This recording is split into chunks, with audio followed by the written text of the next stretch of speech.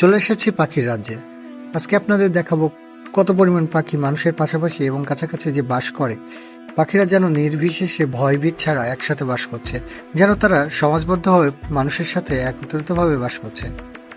পাখি যে এত মানুষের কাছাকাছি থাকতে পারে না দেখলে বিশ্বাস করতে পারবে না। এখানে ডিম দিচ্ছে, বাসা করছে এবং বাচ্চা তুলছে। খুবই কাছে পাখিগুলো বাস করে।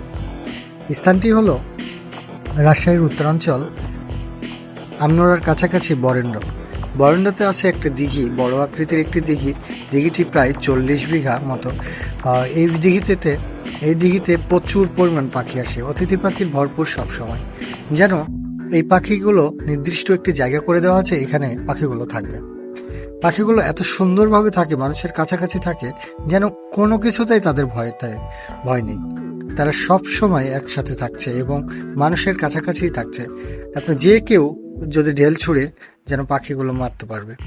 বিভিন্ন ধরনের পাখি আছে, আমি পাখিদের আপনাদের দেখাতে পাচ্ছি না, দিঘিতে আমি যাই নাই, ছাদে থেকে আপনাদের দেখাচ্ছি। তারপরে দেখেন যে এই যে বাসা করে আছে, ডিম নিয়ে বসে আছে, কেউ বাসা বানাচ্ছে, যেন তারা সংসার বেঁধেছে এখানে। অবশ্যই সময় যদি পান দেখবেন, আসবেন, এখানে ঘুরবেন। বরেন্দ্র এলাকার নাম হলো বরেন্দ্র, গ্রামটির নাম হলো বরেন্দ্র। অবশ্যই আসবেন, দেখবেন। পাখিগুলো দেখলে অবশ্যই আপনাদের ভালো লাগবে। যদি মন খারাপ থাকে তবে অবশ্যই মন ভালো হয়ে যাবে। ধন্যবাদ।